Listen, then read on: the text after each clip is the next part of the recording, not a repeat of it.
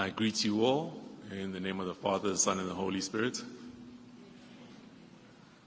I'm very saddened to be standing in front of you today, paying my final respects to Warwick Robert Stock. A part of what makes this a great tragedy is that I can count possibly on one hand the number of people who had as much potential as Warwick.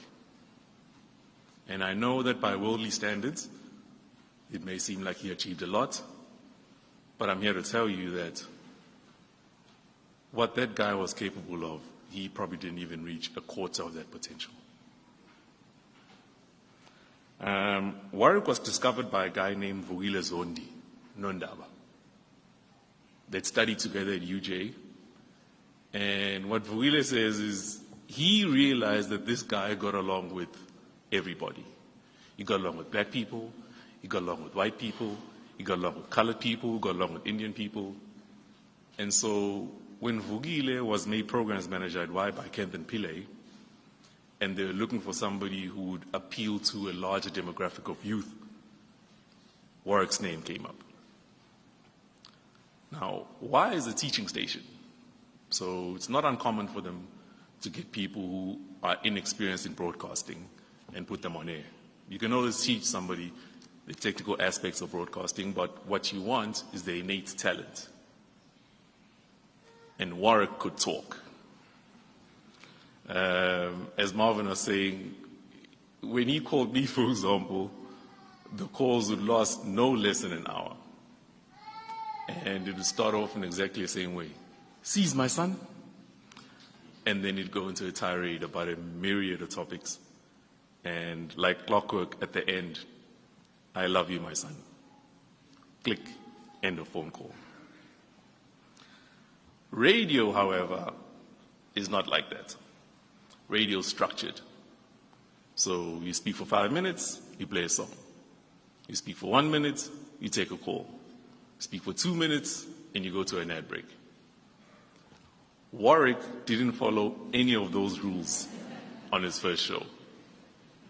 In fact, he spoke for 20 minutes non-stop until an OG of ours, DJ Monde, may his soul rest in peace, heard him because he was driving in the evening from a club, and he was like, even by Warwick standards, this is going on too long. So he drove to the studio, and what he found was that Warwick had forgotten how to go to an ad break. And so now he was stuck, talking endlessly in the studio by himself. DJ Monde was a person who welcomed all talents at Y with open arms. He'd been there since the beginning. So he inculcated the culture of Y into all of us. Some of us hadn't grown up in Johannesburg. Warwick, for example, was from Vryheid. Nondaba was from KZN, I was from KZN. And DJ Monde had archives of people like DJ Fresh, who's standing right there, Fat Joe, Bad Boy T, Lee, Sansa, DJ Kabzela. And he'd play those for us so that we understood what was happening when Y was formed back in 1997.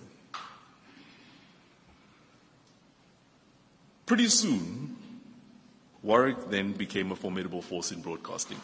He went on to host Daytime, he went on to 5FM, he went on to Gagasi, he got onto TV, he was on Live Amp, he was on Man Cave, as of late he was on Ngceli Visa.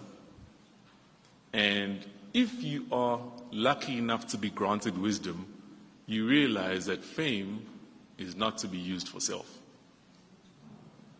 Now more than ever, it is incumbent upon those who can and those who have to advocate for those who can't and those who have not. Warwick spoke out, sometimes controversially so. He was very opinionated. And even me, as a very good friend of his, I disagreed vehemently with some of his views. But I knew that his heart was in the right place. Warwick would even associate with individuals that I wouldn't dare stand alongside. But that was the true character of the man, in that he got along with all types and he liked to bring people together.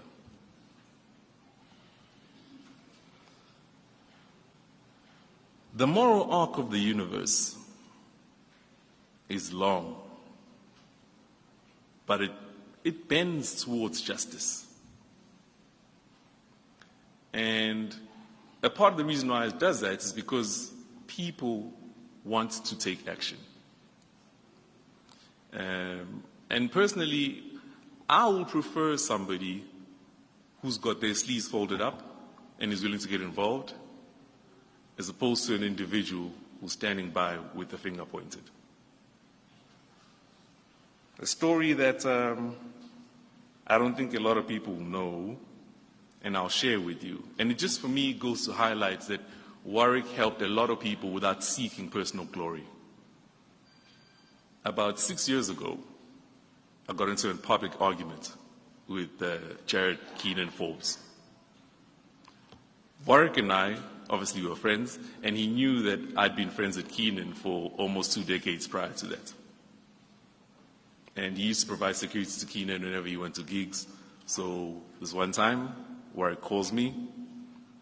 He goes, "Seize my son. I want you to meet up with Keenan because I think you guys should talk this out." I then said, "Okay, tell him to come by himself. I'll come alone as well." Got into my car, and I drove to a Shell petrol station in Hyde Park. This was in William Nicol. And Keenan and I just sat there and we spoke, and that's how we resolved our issue.